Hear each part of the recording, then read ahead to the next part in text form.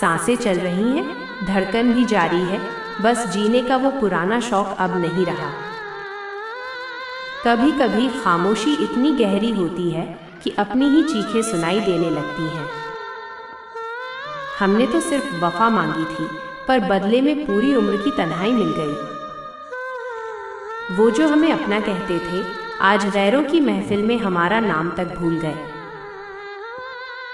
कांच और दिल में बस एक ही फर्क है, कांच टूटकर शोर करता है और दिल खामोश हो जाता है। रास्तों ने साथ छोड़ दिया, मंजिलें अब पराई लगती हैं। जब से तुम्हारा हाथ छूटा है, शिकायत नहीं है मुझे तुमसे, बस अफसोस है कि मैंने तुम पर खुद से ज्यादा यकीन किया। वो जो वादे थे उम्र भर के, वो तो चंद लम्हों की धूप में ही पिघल गए।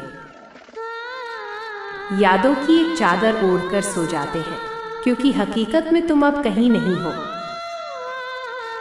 दिल के जख्म भर तो जाते हैं, पर उनके निशान ताउम्र टीस देते रहते हैं।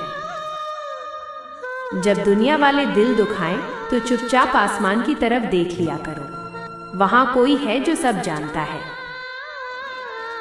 खुद को बिखरने मत देना कभी, क्योंकि गिरे हुए मकान की लोग ईंटें तक उठा ले जाते हैं।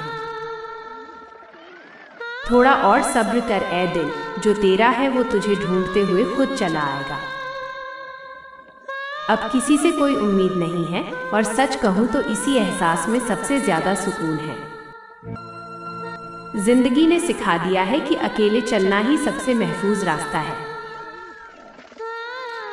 अश्क आंखों तक आते आते सूख गए, शायद इन्हें भी अब मेरी तन्हाई से डर लगने लगा है। मुस्कुराना तो अब बस एक रस्म बन गई है, वरना रूह तो कब की उदास हो चुकी है। हम तो वो मुसाफिर हैं जिनका न कोई घर है, न ही कोई इंतजार करने वाला।